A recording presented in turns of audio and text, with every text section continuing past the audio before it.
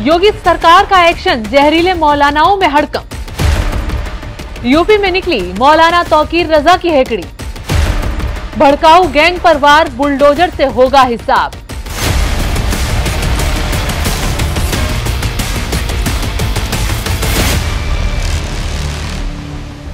जब दंगाइयों को ये लोग अपने गले का हार बनाएंगे, आज क्योंकि दंगों के लिए काल है यूपी पुलिस, दंगाइयों का काल है, यानी कह सकते हैं कि उनके लिए यमराज बनकर के टूट पड़ती है यूपी पीएससी।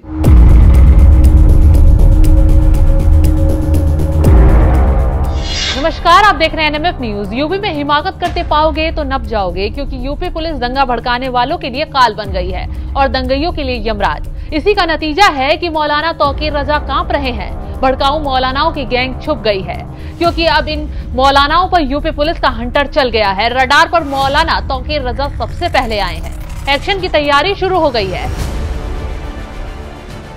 दरअसल ज्ञानवापी तहखाने में पूजा की इजाजत मिलने और हल्द्वानी में हिंसा भड़काने के बाद तौकीर रजा ने भी यूपी की फिजा में जहर घोलने की पूरी कोशिश की। मुसलमानों को भड़काकर बरेली की सड़कों पर इकट्ठा किया। न सिर्फ प्रशासन को आंख दिखाई, बल्कि योगी सरकार को चुनौती दे डाली। अब इसी चुनौती पर नकेल की तैयारी हो गई है।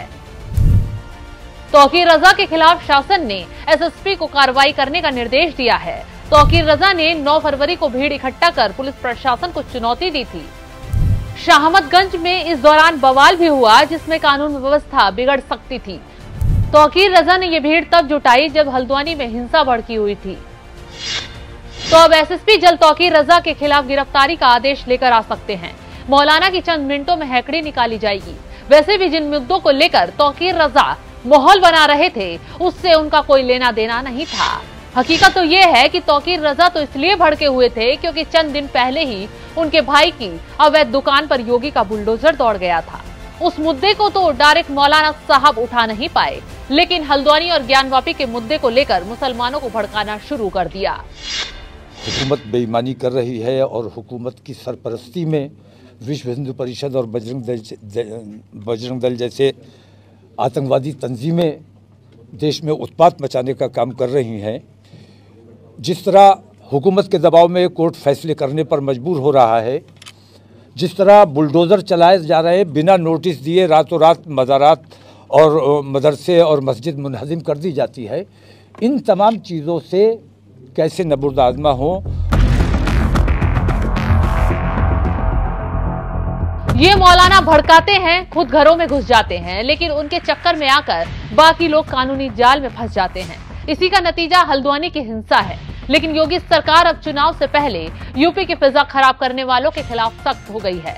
अभी तक तौकीर रजा के 110 से ज्यादा अज्ञात समर्थकों पर मुकदमा दर्ज किया जा चुका है। खबर है कि उनके खिलाफ एनएसए के तहत एक्शन होगा। वहीं अब तौकीर रजा पर नकेल की तैयारी भी चल रही है। इस मामले में कुछ दिन पहले ही शिरडी साई सरदेव मंदिर के महंत पंडित सुशील पाठक ने मुख्यमंत्री से शिकायत की थी। उसमें कहा गया कि मौलाना तौकीर रजा कई बार शहर की शांति के लिए खतरा बन चुके हैं। उन्होंने शिकायत में कहा था, मौलाना तौकीर रजा अक्सर प्रधानमंत्री और मुख्यमंत्री के खिलाफ भड़काऊ भाषण देते हैं, लेकिन प्रशासन भाजपा के एक बड़े नेता की वजह से कोई कार्रवाई नहीं करता है। शाहमदगंज में भी बवाल के बाद अज्ञात लोगों के खिलाफ केस दर्ज कर लीपापोती कर दी गई। तौकीर ने 2022 को भी जिला प्रशासन की अनुमति से कई गुना ज्यादा भीड़ इकट्ठा की और फिर प्रधानमंत्री पर अभद्र टिप्पणी की थी, लेकिन इसके बावजूद मौलाना के खिलाफ कोई कार्रवाई नहीं हुई। खैर, तौकीर रजा जब भी बोलते हैं शब्दों की मर्यादा भूल जाते हैं। यही जुबान उन्हें ले डूबने वाली है। हाल ही में उन्होंने पीएम मोदी और सीएम योगी के खिलाफ टिप्पणी की थी। क्या कुछ कहा, सुन ही लीजिए।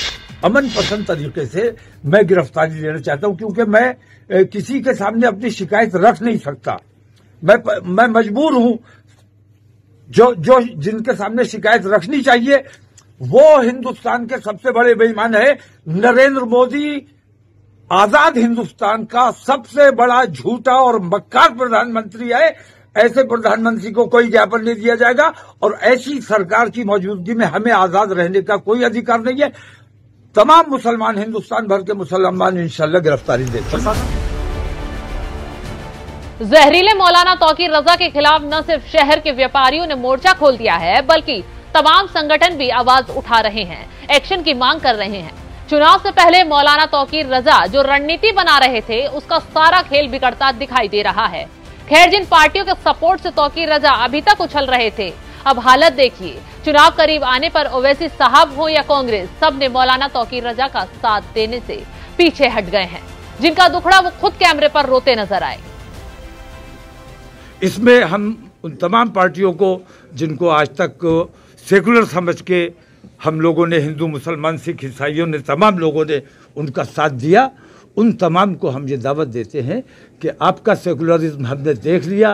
कांग्रेस का भी हमने सेकुलरिज्म देखा है। पिछले 10 साल मनमोहन सिंह के हमने देखे हैं किन तकलीफों से देश को गुजरना पड़ा है। रोजाना बम ब्लास्ट होता था, यही आतंकवादी करते थे, लेकिन किन लोगों को पकड़ा जाता था। नरेंद्र मोदी के 10 साल हमने देखे हैं, मनमोहन सिंह के 10 साल हमने एनडीए के भी देख लिए और यूपीए के भी देख लिए। अब हमें इनमें से किसी पर भरोसा नहीं है। हम अपने देश की बागडोर इन गैर जिम्मेदार हाथों में नहीं छोड़ना चाहते। इसलिए तमाम लोगों ने मुत्तहिद और मुत्तफिक होकर आज ये फैसला कर लिया है कि हमारा काम है, हमारा देश है, हमारे मसाइल हैं, हमारी दिक्कतें हैं, हमारी परेशानियां हैं। इनके लिए हम खुद जद्दोजहद करेंगे और अपने देश का काम करने के लिए जो हमारे साथ आना चाहे उसका खुले दिल से स्वागत है। तो एक तरफ गिरफ्तारी की तलवार है, तो दूसरी तरफ ओवैसी और कांग्रेस सब ने तौकीर रजा का साथ छोड़ दिया है, जिससे मौलाना के पास बौखलाने के अलावा कुछ नहीं बचा है। सीएम योगी भी जल्द तौकीर रजा पर तगड़ा एक्शन लेने की तैयारी में है और जिससे तौकीर रजा अब जेल में भी नजर आ सकते हैं। तो इस खबर पर क्या है आपकी राय, कमेंट कर जरूर बताएं।